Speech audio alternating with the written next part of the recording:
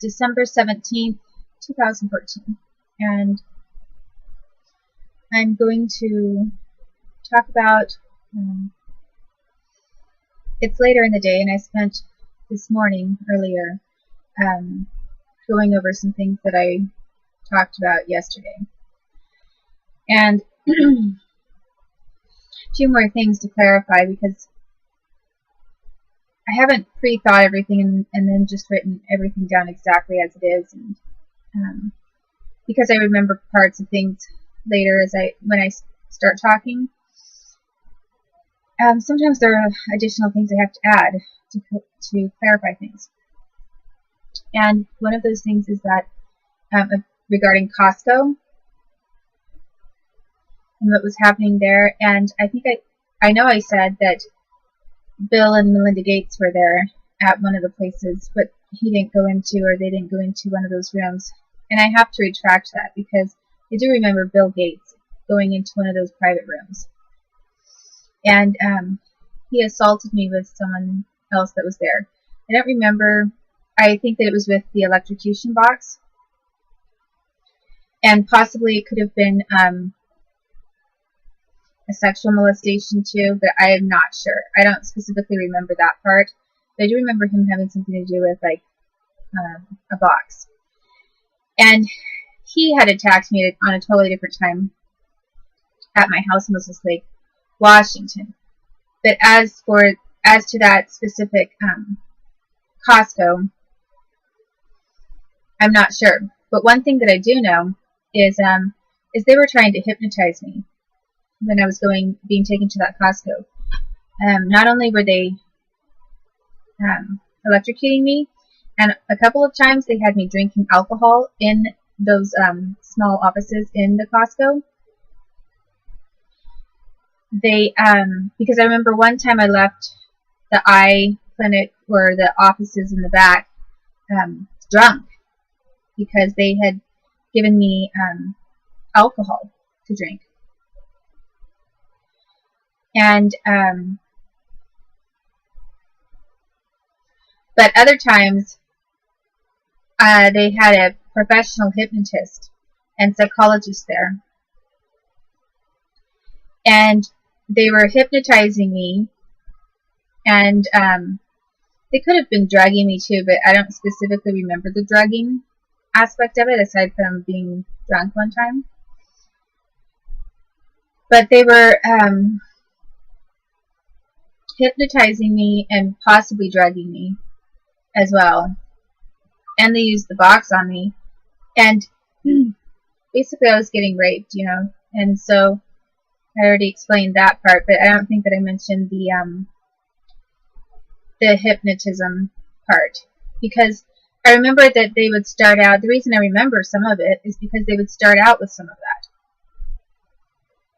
And then when I would walk back to the car after what they did to me, sometimes I'd remember parts of the sexual molestation, and other times I wouldn't remember as much.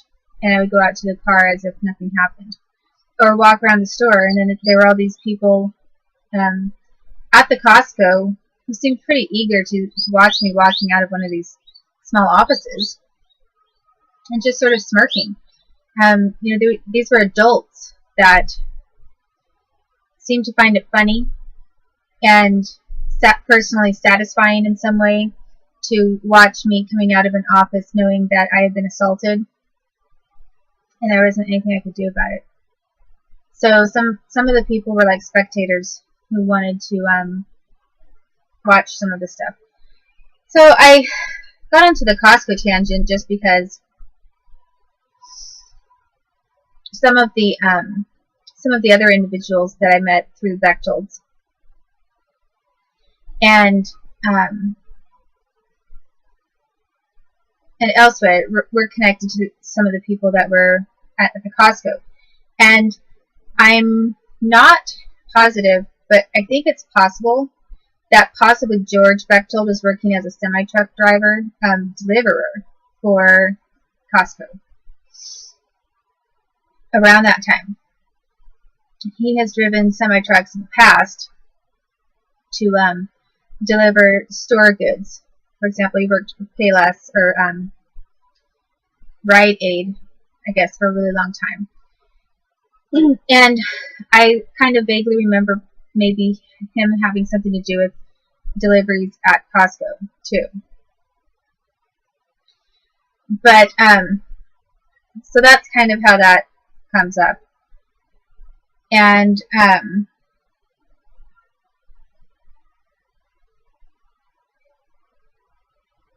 the reason too that I'm changing sometimes what I wear or how I have my hair or my makeup is just because it's easier when I'm looking at like the photo tabs or thumbnails or whatever on my computer, and I'm trying to find something and remember which day or time of the day that I recorded something or what it was for. It's just easier for me to find because I have a visual of being able to separate some things. So I'm actually just really not quite as varied and diverse anymore for arbitrary reasons. So that is one thing that I wanted to mention about the Costco and Bill Gates being involved. I also think Stephen Bing went into one of those opposites, but Stephen Bing and Bill Gates, I remember them being at different Costcos in different states. Like Stephen Bing at a Oregon one, and Bill Gates at a Washington one. And I actually did meet Steve Jobs too. But and he assaulted me. But I would have to think about where I would have to place him, because I saw him more than one time, but I didn't see him all the time. But I did see him one time on the East Coast, and I may have seen him on the West Coast too. I think that he traveled. I remember him traveling a little bit to the West Coast. And so why would these major internet computer guys have anything to do with me? Well, I think that it was part of the fact is that they work with the government. I mean, they wouldn't have the jobs they have if they were not working with the FBI and the CIA. And as much as Bill Gates supposedly gets these lawsuits and whatever thrown his way, he has been working for the government from the very start. That's how I first met him and knew him. I met him long before he was a popular name. He was working with like Navy electronics types of people, intelligence, and government. And they basically helped him get his footing so that he could launch his internet stuff. So a lot of these people that participated with the government sometimes were computer oriented. But anyway, that's off the topic from what I was saying about Ballingers and the Bechtels specifically. So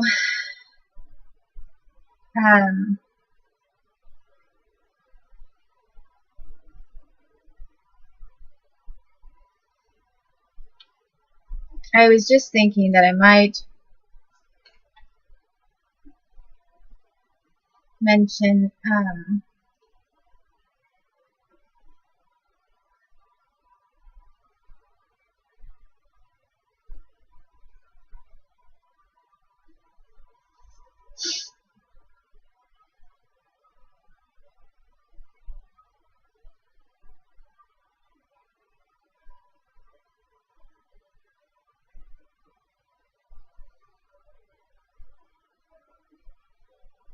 well, instead of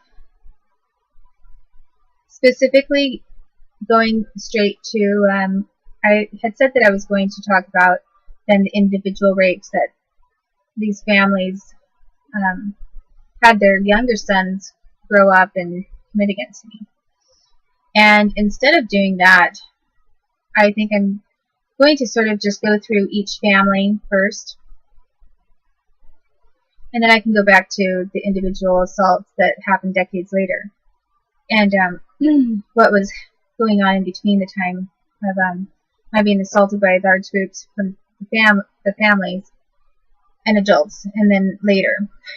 And also another person that showed up. For example, I said some of the Bechtelds had some of Nathan's older friends over to the house. One was like Chris Stevens. Another was Darren Hughes, his family. And these were instances where I was tied to the chair and they came to the door with usually an older man, like maybe their dad or a relative. And they usually insulted me, punched me, or attempted to get me to do some sort of sexual thing. But I don't remember doing as much the sexual thing with them as I think that they sometimes watched an adult man doing that to me. So other times I remember they just berated me, like they would stand there and verbally harass me and smirk and mock me, that kind of thing. And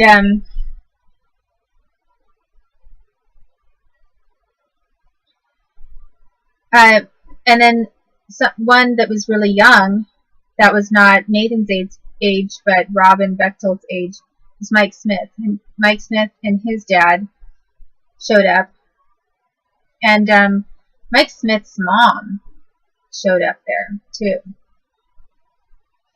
The moms didn't always show up, but when they did, they were pretty mean.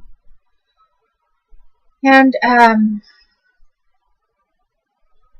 definitely remember Mike Smith as being one of the younger boys that was showing up to watch other people assault me. And then ironically, I think he got a job working in mental health, which is a job he really shouldn't have, because his entire family, and he's not an honest person, first of all, and he's done a lot of things in his own part that have not been good. And he comes from a family where they were basically training him to witness government torture and terrorism against an innocent United States citizen kid, and then lying about that child and calling him mentally ill. So in my opinion, Mike Smith is sort of positioned to be a liar for the government. And I haven't gone to see him, but I'm sure that he's done some damage to other people that maybe the government wanted to pass his way. So a lot of these government kids that were showing up, they were getting government-affiliated jobs. They were getting positions that were going to benefit the government, and people who in the government wanted to have them in place, so that they had basically a whole army of liars. They had cops. They had some of these kids become cops, like Nathan Bechtel became a cop. After everything he and his family did, he became a cop and a jail guard. They had Robin Bechtel become a lawyer, of course, so he could make a lot of money for his family and be a legal defense. And they had Eliza become a lawyer, too. So, although she did not do anything that I remember to me specifically. I mean, she was too young. I didn't hardly ever see her. But a lot of these kids whose parents and families were involved in assaulting me, they all went into jobs that were connected to the state or to the federal government. And I really don't know of hardly anyone who did not get a job like that, out of all of them. So that is just a little bit more on some of the things I was already talking about, and then I might try to go to the next family and what they did to me.